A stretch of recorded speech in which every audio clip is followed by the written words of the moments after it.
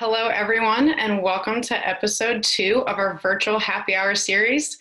I'm your host, Emily, and today Spirit Hub has teamed up with Montanya Distillers of Crested Butte, Colorado. We have Karen here from Crested Butte, Colorado with Montanya Distillers. Hey, Emily. Thank you so much for joining us today, Karen. For those of you that are not familiar, Spirit Hub is an e-commerce platform that supports independent distilleries from all over the country, as well as Canada and Mexico. We offer the delivery of over 1,300 different exceptional craft spirits from these independent distilleries throughout the whole state of Illinois. These virtual happy hours are meant to help you guys, the viewers and the consumers, get to know the people behind the brands on our platform and more about their spirits and journey in the craft spirit industry. And with that, I'm going to hand it over to Karen, and she is going to tell you all of the amazing things about Montanya Distillers and their award-winning rum. Thank you. It's so fun to be here. It's such an interesting pivot that we're all doing to, do everything differently right now. And I love being able to connect with people that are so far away. So Montanya Distillers is, as you said, based in Crested Butte, Colorado. We're at 9,000 feet up in the Rockies. Pretty spectacular location. I learned about the making of mountain rum about 30 years ago, and it really started to change my thinking a lot. 12 years ago, decided I wanted to make my own rum. I wanted it to fit my own flavor profile of what I loved. 12 years ago, we weren't talking that much about whether rum was sweet or not sweet, whether there was sugar added, not sugar added. And so I decided 12 years ago that I wanted to make rum that was not sweet or much less sweet, naturally sweet. And I wanted to make rum that didn't have any sugar added at the end of the process at bottling time. So that's been quite a wild ride for us for a long time now. We've had a rum bar and a restaurant through most of that time. So we get an amazing opportunity to try out cocktails and recipes on our fans and friends that come in to enjoy cocktails with us. And we make everything in a really traditional way, as traditionally as you can imagine. So using alembic copper pot stills that are one of the oldest traditions of distilling, and making rums that are really pure in ingredients, with absolutely no artificial additives, no color additives, no things that people have come to associate with giving rum a bad name. So I'm excited to be here with you guys, and I'm really excited. I'm just going to give you a little sneak preview here to get into making some daiquiris. So stay tuned for daiquiris. Don't go away. Yes, all of the action. Yes, definitely. Awesome. So you have on our platform of Spirit Hub, we have 3 different rums from you guys. If you kind of want to introduce us to that and let us know about your craft spirits. So we make 3, as you mentioned. So this first one I'll mention is our Platino. It's unusual in the world of light rum in that it's aged in a barrel.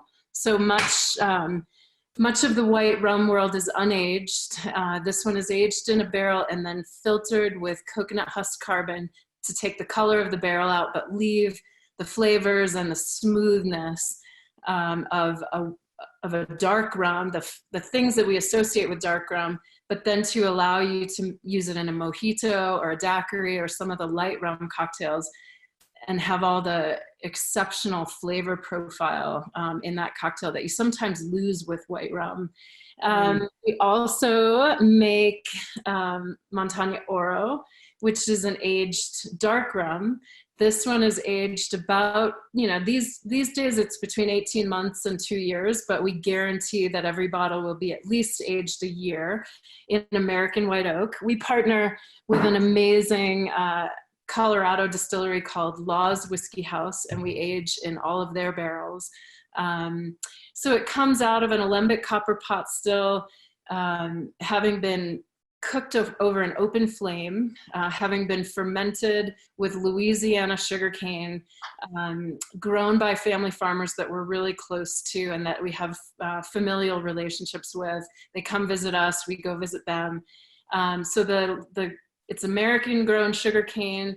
We distill it in Colorado. We age it in a Colorado barrel. For the most part, we have some variation in our barrel program. And then that Oro is also aged for almost 2 years these days. And then the other one that you guys have is the Exclusiva. So this is 3 years aged. So with a lot of rums, you know, you get used to thinking that they're 12 years aged. And the reality is that maybe only a small portion of the rum that's in the bottle is aged for 12 years. 100% of whatever is in a bottle of Montanya rum is aged for that full amount of time. So if I say this is a 3-year-old, every drop of the liquid in here has been aged for 3 years. So this one goes into a Law's Whiskey House barrel for 2.5 years, and then spends the last 6 months in a port barrel. So French oak, and that gives it a little bit of a drier, a little more tannic finish that is really unusual in the world of rum. I tend to really love some of those features of almost like an Amaro, an Italian bitter. I love things that kind of balance sweet with a little bit of bitter, or not always just full on the sweet side. So this one is my ode to my own palate, and luckily that turns out to be well shared by many other people. So Yes. that's 3 that you guys carry. For sure, yeah, I have my own bottle here too. So this is one of the first bottles that I had bought with us, and I do drink it on special occasions, but I do, you know, it's really good. I really do like this, so thank you. Awesome. All right, so now we, like you said, we do have a couple of cocktails that we're going to get into in just a second. Okay. All right, so you have, you're featuring a daiquiri, you mentioned. Do you want to go ahead and start that and let us know how to make the perfect daiquiri? Sure, yeah. Let me switch. All right. I'm excited to make a daiquiri today because it is my absolute favorite cocktail. I have a bar, as I mentioned, in Crested Butte, Colorado, and we do so much with cocktails and really changing the way people think about cocktails. We also are a very sustainable distillery. I know a lot of people make that claim, and I'm so glad that it's become more of a, you know, an important part of the conversation about craft spirits. But really our sustainability philosophy extends to almost every single thing that we do, every step we take, everything we make, every piece of glass that we put our spirits into, every cork, every label is really in line with our sustainability philosophy. So when I make a cocktail, I feel like it's just a really important part of the message. Is I wouldn't ever probably grab an artificial sweetener or grab anything with artificial flavors to use as a mixer in a cocktail. I'm a big fan of using fresh things. I think when you make a cocktail with fresh ingredients, you find that those ingredients they make a cocktail delicious, whether you are a perfect bartender or not. So I wanted to be really aware that, you know, here at home, we sometimes have some limitations. We don't have a full bar like I do at my bar to make cocktails with. So I thought I would start by talking about my, you know, the tools that I use to make a good daiquiri and what you might want to have at home for a home bar. So probably one of the most important things is this shaker. Most people know how to use a shaker, but I wanted to just kind of call that out because I don't know, I think cocktails are just better when they're shaken. So I'm gonna go ahead and take my shaker and this pint glass and some ice, and I put it right into the shaker with the ice. And I also have this Hawthorne strainer. That's gonna help at the end to keep the ice in the shaker, because I'm gonna pour this daiquiri straight up for you. So the next thing I'm gonna do is grab a fresh lime. There is a lot of variability in lime. I can't even tell you how much. You got to pick a good lime. If you don't, there's a really good chance that you're going to end up with a daiquiri or a cocktail or a mojito or anything that just, it's either too astringent or it just doesn't taste fantastic. So I try to work really hard to pick a good lime. And then I'm gonna squeeze it with my squeezer right into this shaker. So I tend to use a lime squeezer partly because it's much more efficient on the juice. You don't wanna waste a bunch of juice. So I'm putting the juice of one whole lime into this daiquiri. You can do a little extra if your limes are a little bit dry, which can happen at certain times of the year if it's changing from being a lime from Chile to a lime from California. You might find that they're a little drier. So I'm noticing that these are a little bit dry. And so I'm putting an extra half a lime into my daiquiri. The next thing that I have in my home bar is a jigger. I think it's so important to measure alcohol. It's really easy to get into a habit of just kind of pouring ingredients into cocktails. And for my whole bartending career, which is 35 years long now, I've been really encouraging all of my employees to measure, to always measure. So today I'm using the Platino. This is my favorite daiquiri rum, and I'm gonna do about 2.5 ounces of rum. That's a stout cocktail. You have a lot of flexibility to make things work for you. So if you like a little bit less of an alcohol forward cocktail, you can back off the alcohol. If you like a little more, you can bump it up. My husband tends to like everything sweet. I tend to like everything quite tart. So this cocktail you'll see is a more tart cocktail. And then in this jar is a touch of simple syrup that I made. Pretty much the easiest thing to make in the world, but you'll notice that mine's a little on the brownish side. I only use like really raw, as unrefined sugar as possible because it's so much more flavorful. And so rather than using a simple syrup that, is just gonna be like a cloying sweet white sugar, I would say go for a pretty raw organic sugar if you can. And it's just half sugar, half water. So I'm sure most of you know that, but in case you didn't, I take a mason jar, I fill it with half sugar, I put boiling hot water in it, I shake the heck out of it and throw it in the fridge, and then I have it there all the time. So this is really where this cocktail gets important. Whether you like it sweeter, whether you like it less sweet, there's no perfect daiquiri recipe. There's just the perfect daiquiri recipe for you. That is for sure. So I'm putting roughly maybe a half an ounce of simple in.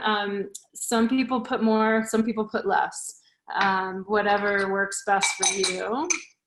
And then I'm gonna throw my pint glass on and get a good seal on there and then give it a good shake. Don't feel like you have to be a bartender about this. You can do it with 2 hands to make sure it doesn't fly all over your living room. I've been bartending for a long time. So I like to shake for a long time. I think people tend to shortchange the shake, and then you need this cocktail to be cold all the way through the whole daiquiri. So give it a good shake and then break the seal. put that hawthorn strainer on the top. And I tend to like to use a coupe. So this glass is called a coupe. Different glassware can work. You could do it on the rocks. You could put a rim around the edge if that's what you like. The daiquiri was really the predecessor of the margarita. So that salt rim, sometimes people like a salt rim on a daiquiri, a sugar rim, whatever. I tend to, I'm a bit of a purist. I like things really simple. Keep it simple. So I'm gonna pour this out. That's a good pour. How perfect. Right to the top. And there we have, and then I made myself ahead of time a little twist. You know, you may not know how to make a twist. That's okay. You can literally take a piece of lime peel and twist it. Like, don't feel like you have to know exactly how to do it. And put it on the edge. Whoopsie. Put it on the rim of the glass so that it looks pretty. The whole thing with a garnish is that you want to smell. The first thing that you taste is the first thing that you smelled. So I'm really aware when I do garnishes of what they contribute to the smell. Sometimes people like to take lime and like dehydrate it and use that as a garnish, and that's just not my way of bartending because that doesn't have any smell. So here's the daiquiri. As you can see, this took very little time to make. It didn't have a lot of special ingredients that you had to make at home. And, you know, it's a really simple cocktail. And for me, it's so light. It's good all year round. It's good for your immune system with the fresh lime. And it's just, yeah, I wish I could share it with you, Emily. Well, hopefully some of our viewers at home are making daiquiris also. We also have, we'll share the recipe with everybody here in the events page also. I am actually sipping on the Exclusiva at the moment. So you did mention, that your daiquiris, you use the Platino, but you also mentioned that it could give off another taste when you have obviously the other spirits. Right, so there's a long-standing tradition of something called a tea punch, and that's not like TEA, that's spelled TI punch. Which has historically always been made with a French agricole style rum. I don't live in the French islands of the Caribbean. I don't make rum from sugarcane juice, fresh sugarcane juice, so I can never make a tea punch the historic way. But I absolutely love to make a tea punch with the Exclusiva. So, you know, if you just take that exact recipe, and substitute a dark rum of your, you know, the Oro or the Exclusiva, then you'll find that it will produce a cocktail that's really different in the flavor profile than this daiquiri that I've made. But you'll also probably find that it's just as easy to make and just as delicious. I think it tends to have a little more of a robust flavor, which I think for some people that's, you know, this might be a little bit too light for them. Or they want to, you could do it with half and half. You could do half Platino and half Oro or Exclusiva just to kind of mix it up and keep it interesting. The Cubans really originated this cocktail at the Floridita bar, and they definitely made it with dark rum to begin with, and then it evolved into a light rum cocktail. So there's 100 ways. And the other thing I love to do is to substitute some fresh squeezed grapefruit juice. And I love to infuse the Platino with a little bit of fresh basil for about a day. So I tweak this recipe with some basil infused Platino and some grapefruit, fresh squeezed grapefruit juice. And I call it the Basil Paradisi. And it's kind of like a grapefruit daiquiri, but not like a Hemingway daiquiri, which would have a little bit of liqueur in it. So it's still lighter, less sweet. But there's so many ways you can vary this, and we've put a lot of those recipes on our website. Yes, and we also have some of those recipes on ours too. Perfect. Awesome. Well, we are actually going to get into our Q&A section now. We have a few questions from our viewers on our Facebook Live. So we have Michael who asks, do you have any plans to make an extra aged rum 12 plus years or so? Or is it too high risk / high cost for prohibitive for small producers to attack something like that? Such a great question. I definitely, think a lot about this. What do I want to do with as we get older? So we did release a 4-year-old back in November called the Valentia. So I would have probably kept a lot more rum aging longer, but we sold it all to try to stay alive in the early days of the company. So people ask me often, like, don't you have something aging that you made back in 2008? And the answer is no, I did not succeed in holding on to anything. But, the interesting question with rum is, does it get better with age or does it get better with aging practices? And I think with Montanya Distillers, I've always been more about aging practices than age, because sometimes if you age a rum for a long time in a certain type of barrel, at the end you get a real dominance of, let's say, a leathery quality or a smoky quality or a woody quality. And for some people, that's what they love. But for me, it's really about a balance of factors. So if I were to age a rum for 12 years in a single barrel, like I do without blending, I think there's a very good chance that I personally wouldn't like it as much. I think it would get too woody and too leathery for me. What I love about aging rum is the vanillins and the sucroses that come out of the barrel. Those are the natural sweetnesses, the natural vanilla flavors, fruity elements. One of the aspects for us of being at the elevation that we're at in Crested Butte, Colorado, is that we activate a lot of different temperatures from day to night across our barrels. And so we activate a lot of different flavors in the barrel. And so I like that combination of flavors and not to let one barrel dominate with one flavor for too long. So I think maybe I'll get up to about a 6-year-old, but would be more likely to see Montanya Distillers doing different finishing programs. So I really get excited about our new release that we did with Catoctin Creek, so finishing in a Catoctin Creek barrel with rye. I've never finished a rye rum. So, we finished this Exclusiva in a French oak port barrel. I absolutely love what that contributes. So we're talking about all kinds of other barrels that we can incorporate from other distillers that we love to bring out different flavor profiles in the rum over maybe a shorter time of age, maybe up to 6 years.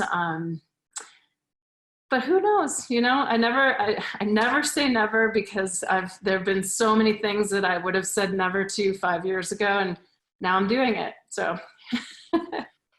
Awesome, yeah. When you talk about the vanilla flavors and all of the leathery kind of flavors that come into this, I'm tasting that also here in the Exclusiva. It's great. I love barrel-aged items.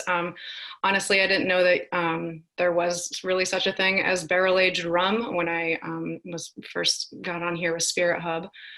So thank you for introducing me to barrel-aged rum. Oh gosh, there's so much good barrel-aged rum and so much high-end premium rum out there that is so worth the exploration. There are people who think that rum can't possibly be as good as bourbon or whiskey or rye or scotch or whatever, and I am here to tell you, it's like the sky is the limit in terms of what's possible and how many delicious flavor profiles there are in rum. Yes, we have a follow-up to that question also from Mike. Really thoughtful answer, thank you. As a follow-up, how do you feel about Solera blending, regardless of age statement labeling? Well, I tend to be this comes up a lot in my world. I tend to be a fairly equal opportunity rum person. I feel like there are some rums other people say, oh gosh, that's terrible, you're gonna hate it, don't even taste it, don't touch it.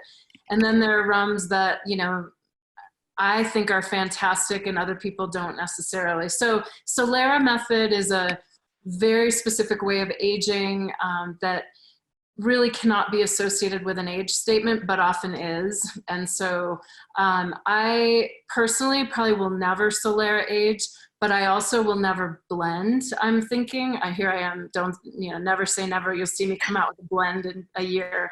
But, you know, everybody does things really differently. To me, Solera is something that you do when you have huge amounts of evaporation and you want to age something for a really long time. So you just have to keep adding younger rum to kind of make up for the angel share. I don't need to do that.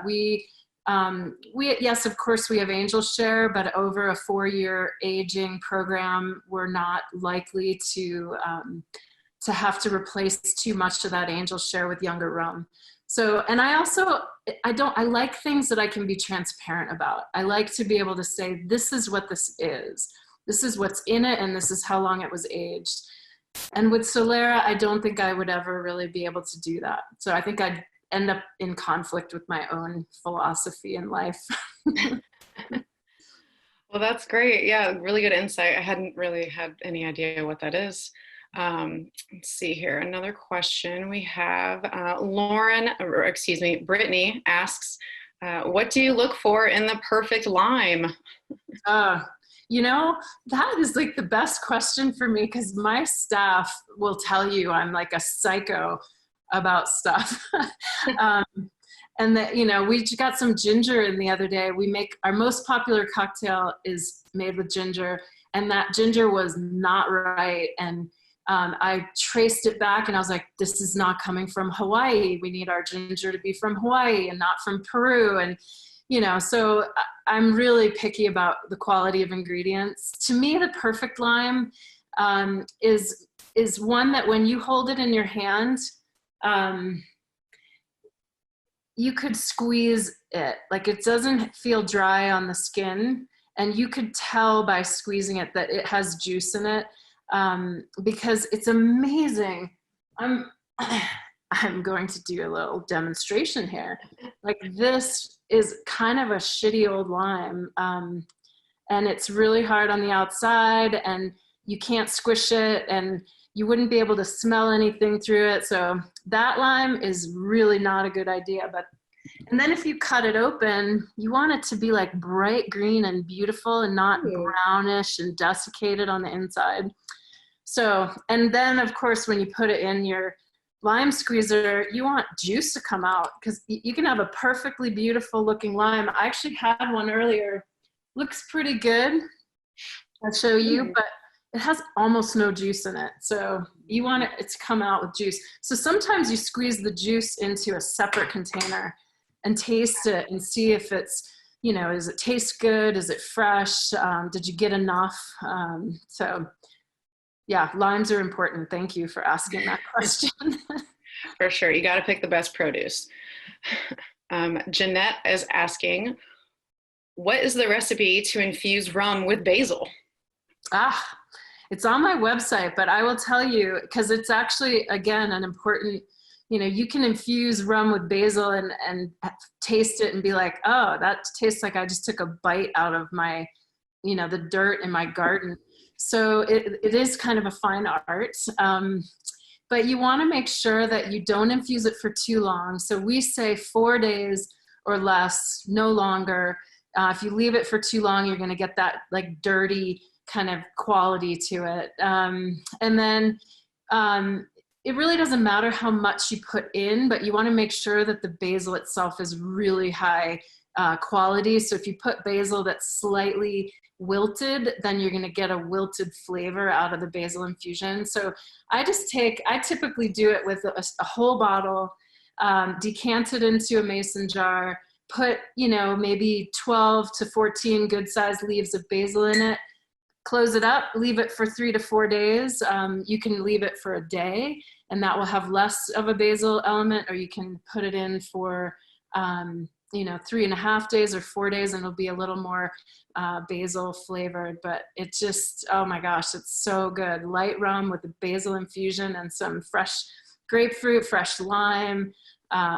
Perfect. Yeah, that's really interesting. Like infusions definitely like are flavor predominant, and I believe it's better than just like adding it into the cocktail by itself. Having that infusion really brings out the flavors, and it also enhances the flavors of the rum. So that's really nice.